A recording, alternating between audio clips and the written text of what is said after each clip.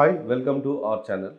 నిన్న మంత్రి సీతక్క మాజీ మంత్రి హరీష్ రావును ఉద్దేశించి మీరు దొంగ ఉద్యమం చేశారంటూ అసెంబ్లీలో వ్యాఖ్యానించారు.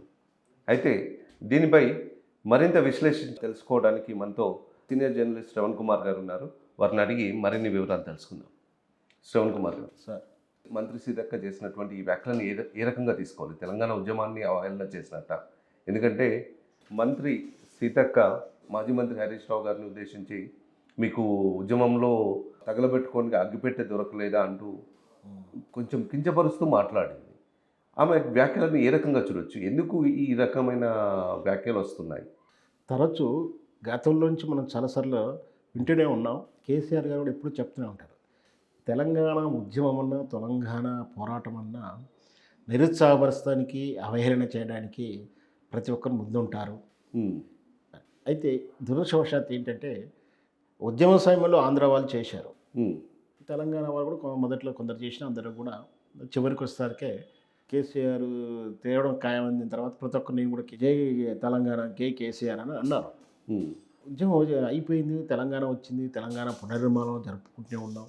అయితే రాజకీయంగా నిరుద్యోగిగా ఉన్నటువంటి ఇతర పార్టీ నాయకులు కానీ, మామూలు జర్నలిస్టులు కానీ, పేడ్ జర్నలిస్టులు అంటాం మనం ఇంకో భాషలో, వేరే పార్టీ ఇచ్చే డబ్బుల కోసం నీతి నిజాయితీ పరుల లెక్క బిల్డప్ ఇస్తూ ఏదో ప్రశ్నిస్తానికి కిరాయి కూలి కోసం నోటికొచ్చినటువంటి మాటలు మాట్లాడిన తీరులోనే ఇట్లాంటిది. వాళ్ళని కేసీఆర్ కానీ, కేటీఆర్ కానీ, హరీష్ రావు గారు కానీ, ఇంక ఇతరత్ర కవితక్క గారు కానీ వీళ్ళు విమర్శించాలంటే వాళ్ళు పనిచేసి ప్రగతిని చూపించేటి వాళ్ళు, ఉద్యమం పనిచేసేవాళ్ళు, ప్రజాప్రతినిధులు ఉన్నప్పుడు పనిచేసే వీళ్ళని విమర్శించడానికి ఏం దొరకదు అసలు లక్షణానికి. వీళ్ళు అన్ని అడగకుండా అన్ని పనులు చేసి పెడుతుంటారు. ఇక మరి విమర్శించాలంటే పర్సనల్ యాటిట్యూడ్లోకి వెళ్ళిపోవాల్సిందే. కాబట్టి ఏదో అనాలి అనే ప్రయత్నంలో ఏదో వెతుకొని రంధ్రాన్వేషణ చేసి ఏదో తీసుకొస్తారు. ఇప్పుడు జరుగుతుంది ఏంటంటే ఆటో వాళ్ళను మీరు రెచ్చగొట్టి మీరే తీసుకొచ్చి ఆటోలను బీఆర్ఎస్ పార్టీ వాళ్ళు తగలబెడుతున్నారట. ప్రజాభవన్ వద్దనో లేకపోతే అసెంబ్లీ దగ్గర పెట్టినా ఇంకెక్కడ ఏ ఊరు తగలబెట్టినా వీళ్ళే తగలబెడుతున్నారని ఆమె చెప్తుంది. వాళ్ళు చెప్తున్నారు. దాంతోపాటు ప్రతిసారి విమర్శిస్తానికి ఆ రోజు అంటే కేసీఆర్ గారిని అరెస్ట్ చేస్తున్నప్పుడు హరీష్ రావు గారు పెట్రోల్ పోసుకునే ప్రయత్నం చేయడం, అందరూ ఆపుకోవడం. అక్కడ ఎందుకంటే హరీష్ రావు లాంటి నాయకుడు ఉన్నప్పుడు ఒక సెక్యూరిటీ ఉంటుంది, వాళ్ళ గన్మెన్లు ఉంటారు, వాళ్ళు చూస్తూ సినిమా చూస్తారా? ఒక సామాన్య పబ్లిక్ అంటే అతనికి ఎవరి దృష్టిలో ఉండడు కాబట్టి సడన్గా పోసుకుంటాడు, తగలబడిపోతారు. అది ఎవరు కూడా అలా చనిపోకూడదని కోరుకోవద్దు. అవును. కానీ మీరు ఎందుకు పోసుకోలేదు, మీరు పోసుకోలేదు, ఎందుకు తగలబెట్టలేదు, మీరు ఎందుకు చచ్చిపోలేదు అని అడగడం అనేది అది పశుత్వానికి, రాక్షసత్వానికి నిదర్శనం. నువ్వు ఎందుకు చచ్చిపోలేదు, నువ్వు ఎందుకు తగలబడలేదు అని అంటే నిజంగా మనుషులు మానవత్వం ఉన్న వాళ్ళైతే ఎవరు ఆ మాట అనరు.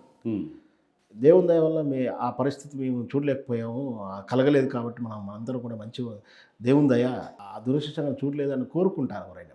అట్లా కోరుకుంటున్నారంటే వీళ్ళు మనుషుల లేకపోతే మానవ రూపంలో ఉన్న రాక్షసులని మనం ప్రశ్నించవచ్చు, తప్పేం లేదు వాళ్ళని. ఎందుకంటే ఇక్కడ ప్రాక్టికల్గా హరీష్ రావు గారు పోసుకుంటే అగ్గిపెట్ట పట్టని మరి ఇవి ఉద్యమకారులు మేము ఉద్యమం చేశాము ప్రతి ఒక్కరు చెప్తుంటారు. కేసీఆర్ ఏం చేయలేదని చెప్తున్నారు కదా, మరి మేము ఉద్యమం చేస్తుంటే మరి హరీష్ రావు తీసుకొచ్చి ఎందుకు అగ్గిపెట్టలేదు వాళ్ళు? అది కాదు కదా ప్రాక్టికల్గా. ఆయన పోసుకుంటే ఆడు గన్మెన్లు వాళ్ళు ఉంటే నిలవరిస్తారు. అంత మాత్రం నీకు అగ్గిపెట్ట దొరకలేదు, అగ్గిపెట్టలేదు అని ప్రశ్నిస్తున్నటువంటి ఈనాటి సీతక్క గారు అయితేనేమి, ఇంకా ఎవరైనా సరే మరి సీతక్క ఈ మాట అన్నదంటే అన్మెచ్యూరిటీగా ఆమె కూడా అనడం అనేది నిజంగా బాధపడాల్సిన అవసరం. ఎందుకంటే సీతక్క లాంటి నాయకురాలు కూడా ఈ విధంగా దిగజారడం, తరచూ పార్టీ ఎజెండాగా మాట్లాడాలని విధాలు వచ్చినప్పుడు ఇలా మాట్లాడడం ఆమె కూడా తగిన పని కాదు. ఎందుకంటే సీతక్కను కూడా మనం ప్రశ్నించవచ్చు. మనం సీతక్క నక్సలైట్ ఉద్యమం నుంచి వచ్చింది. నక్సలైట్ల ఉద్యమంలో ఎంతోమంది హీనంగా దిక్కులేని చావు తెచ్చారు, ఎన్కౌంటర్లో చచ్చిపోయారు, అడవిలో పాము పుట్ర పొరుగు గరిసి చచ్చిపోయారు, పోలీసు ఎన్కౌంటర్లో చచ్చిపోయారు, బూటక ఎన్కౌంటర్లో చచ్చిపోయారు. ఈమెకేం కాలేదు కదా అని ప్రశ్నించి ఏం సమాధానం చెప్తుంది? అట్లా అడుగుతారా? అట్లా అడగటం భావ్యం అవుతుందా? అట్లా అడగవచ్చా? మనం అడగలేం కదా, మనకు సంస్కారం వస్తుంటుంది.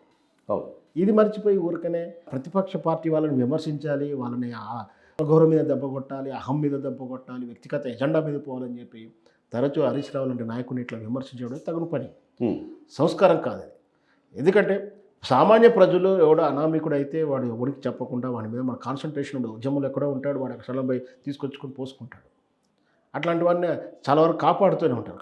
కాపాడే సమయంలో కొందరు ఆత్మాహుతికి అయినటువంటి విషయం మనందరూ తెలిసిందే. దానికి హరీష్ రావు గారి మీద తరచు వెళ్ళడం అనేది అవివేక చర్యగా చూడాలి. సీతక్క లాంటి మహానాయకురాలు, మంచి క్రెడిబిలిటీ నాయకురాలు, మన గిరిజన బిడ్డ, ఆమె కూడా చివరికి ఇలా మాట్లాడుతున్నారంటే అంతకన్నా మనం బాధపడాల్సిన అవసరం లేదు. ఎందుకంటే దిగజారిపోతున్న విలువలు రాజకీయ నాయకులు అంటే ఇట్లా సీతక్క కూడా పొల్యూట్ అయిపోయి ఆమె కూడా మాట్లాడుతుంది. ఆమె స్థాయికి, ఆమె క్రెడిబిలిటీ ఈ కాంగ్రెస్ పార్టీ వాళ్ళ మాయలో పడకుండా, ఈ రేవంత్ రెడ్డి గారి మాయలో పడకుండా, రేవంత్ రెడ్డి గారు మంచిగా చేసుకుంటేనో, రేవంత్ రెడ్డి గారి కనసనలు ఉండాలంటేనే మంత్రి పదవి ఉంటుంది, రేవంత్ రెడ్డి గారు నచ్చేలా ఉండాలనుకుంటే మంత్రి పదవి ఉంటుందేమో కానీ ప్రజలు ఇచ్చే పదవులు ఉండే వాళ్ళకు భవిష్యత్తులో ప్రజారంజకంగా ప్రజాభీష్ట మేరకు తెలంగాణ ఆత్మగౌరవం వైపు వాళ్ళు నడవడించుకుంటే ఇంకా బాగుంటుందనేది వ్యక్తిగత సలహా. ధన్యవాదాలు శ్రవణ్ కుమార్ గారు.